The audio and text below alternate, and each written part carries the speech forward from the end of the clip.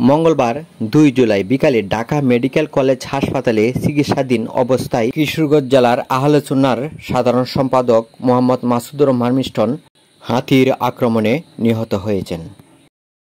নিহত মোহাম্মদ মাসুদুর রহমান মিষ্টন ময়মনসিংহ জেলার নান্দাইল উপজেলার সিংরইল গ্রামের আব্দুর রহমানের ছেলে। তিনি কাজের সূত্রে কিশোরগঞ্জ জেলা শহরের নগোয়া এতিমখানা কমপ্লেক্স সংলগ্ন এলাকায় বসবাস করছিলেন। আটক হাতির মাউত মোহাম্মদ রিয়াজ মোল্লা গোপালগঞ্জ পুলিশ লাইন্স সংলগ্ন পুয়াডাঙ্গা মুন্সিপাড়া মৃত হাসমত আলী মোল্লার ছেলে।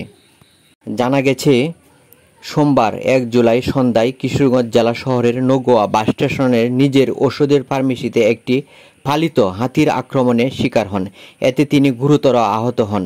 আশঙ্কাজনক অবস্থায় প্রথমে তাকে কিশোরগঞ্জ ২৫০ শয্যার জেনারেল হাসপাতালে পাঠানো হয়। সেখান থেকে কিশোরগঞ্জ শহীদ সৈয়দ নজরুল ইসলাম মেডিকেল কলেজ হাসপাতালে, পরে ময়মনসিংহ মেডিকেল কলেজ হাসপাতালে পাঠানো হয়।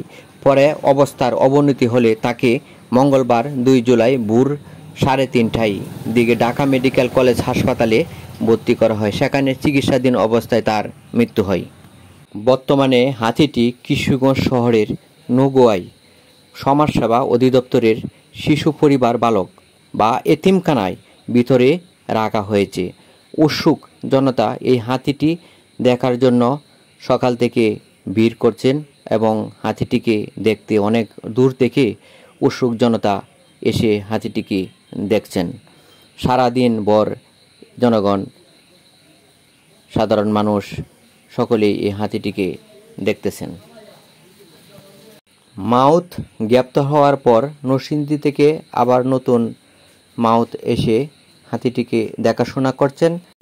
পুলিশ সেখানে সার্বিক নিরাপত্তায় রয়েছেন।